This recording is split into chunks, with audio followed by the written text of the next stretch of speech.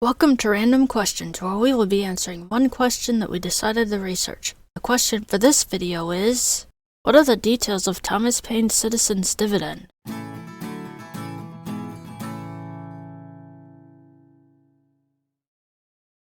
During Andrew Yang's 2020 presidential run, he talked about Thomas Paine's Citizens' Dividend in his stump speech. Thomas Paine was for it at the beginning of this country. He called it the Citizens' Dividend.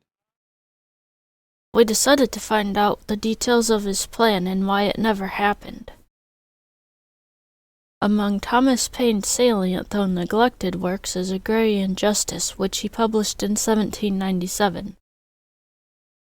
Thomas Paine believed that land should be the common property of the human race, that with cultivation we created the idea of land as individual property. In response to a sermon by Bishop Watson, Thomas Paine stated, "It is wrong to say that God made rich and poor. He made only male and female and gave them the earth for their inheritance."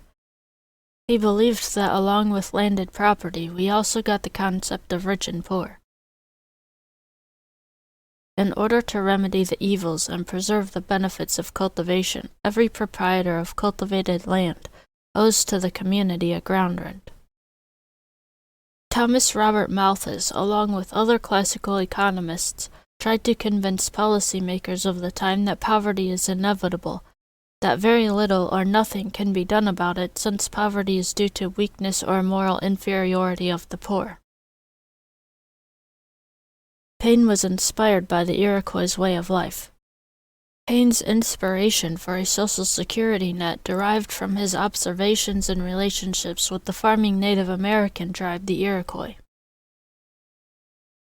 Every person from the age of 21 years should get a sum of 15 pounds sterling, and also the sum of 10 pounds per year to every person at least 50 years old. Another 10 pounds per year would go to anybody under the age of 50 who is lame or blind and totally incapable of earning a livelihood. According to the Wikipedia article for Agrarian Justice, this table shows that the average weekly wage of an agricultural laborer was 9 shillings. The Wikipedia article calculates that as an annual income of about 23 pounds for an able-bodied man working throughout the year. Therefore, the size of the payments that Paine suggested were very large for the time. According to this article, Thomas Spence wrote a sympathetic response to Paine and even took the idea a little farther, but Paine never responded to that proposal. If Paine had publicly responded to this new proposal, maybe they could have gotten more people talking about it and spread the idea. Paine also lost popularity during his time in the French prison. During his time in prison, he wrote at least one letter to his friend George Washington. Paine also wrote a letter to the friend he loved most, George Washington, by then President of the United States. When Washington failed to reply, Paine concluded that Washington had abandoned him, and the French let him go. It was then that Paine wrote the blistering letter to Washington, and suddenly we see Paine accusing Washington of treachery, reviling Washington as a cold-blooded traitor, and those are Paine's words, a cold-blooded traitor. Washington, of course, had never received any of Paine's letters. Transatlantic mail service was not very predictable in those days, and the jailers probably seized most, if not all, of Paine's letters. Washington, meanwhile, assumed the reason he hadn't heard from Paine was that Paine was too busy steering the French Revolution to write letters. So Paine's angry letter to Washington, while understandable from his point of view, it was actually unjustified. And because he sent copies to the newspapers for publication, it cost Paine much of his popularity when he later returned to America.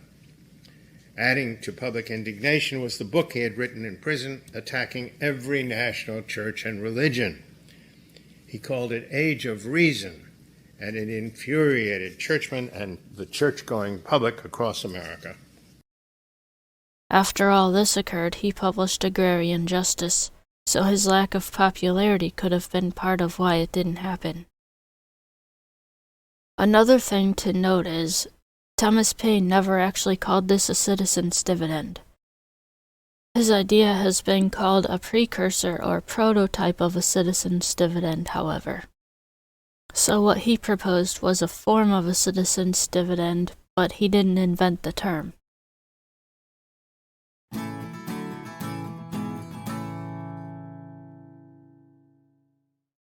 I apologize for any mispronunciations. All sources used are listed in the video's description. If you have a question you think we should research, please let us know. Thank you for watching. This has been another production of Random Questions. We'll be back soon.